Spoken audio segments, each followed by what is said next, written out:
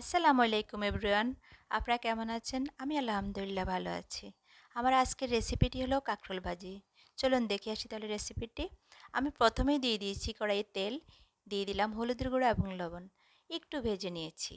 নিয়ে তারপরে দিয়ে দিয়েছি পেঁয়াজ কুচি এবং কাঁচামরিচ কুচি। দিয়ে একটু ভাজা ভাজা করে নেব।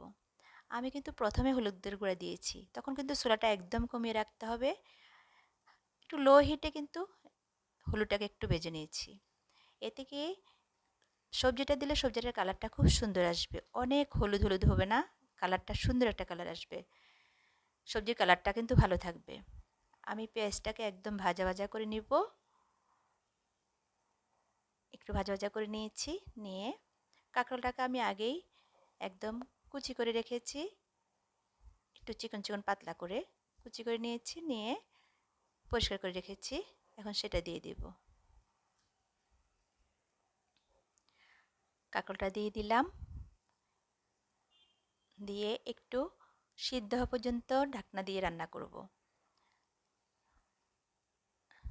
একটু পেঁয়াজটা আগে নেড়ে দিচ্ছি, কারণ পেঁয়াজটা যদি নিচে থাকে হয়তো পুড়ে যেতে পারে।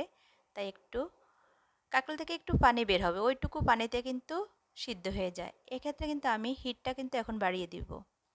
সবজি রান্নার ক্ষেত্রে আমি সবসময় যেটা করে থাকি, চুলাটা অবশ্যই একদম হাই হিটে রাখি।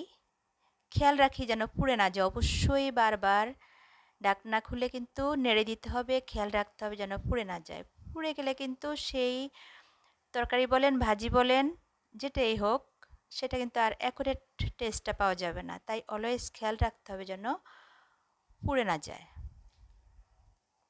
আমি নেড়ে দিচ্ছি একটু ভালোভাবে, উপরেগুলো নিচে, নিচেগুলো উপরে, এইভাবে একদম ভালোভাবে নেড়ে দিতে হবে। দিয়ে সিদ্ধ কিন্তু একদম পুরোপুরি হয়নি, আর একটু রান্না করতে হবে। ঢাকনা দিয়ে দিলাম, দিয়ে আর একটু রান্না করব।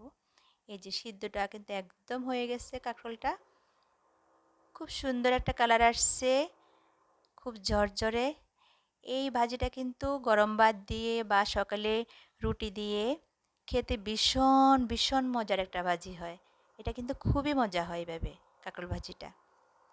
এভাবে আপনারাও ট্রাই করে দেখবেন।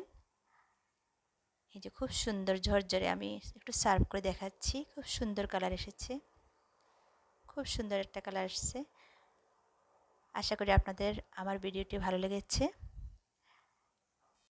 যদি ভালো লাগে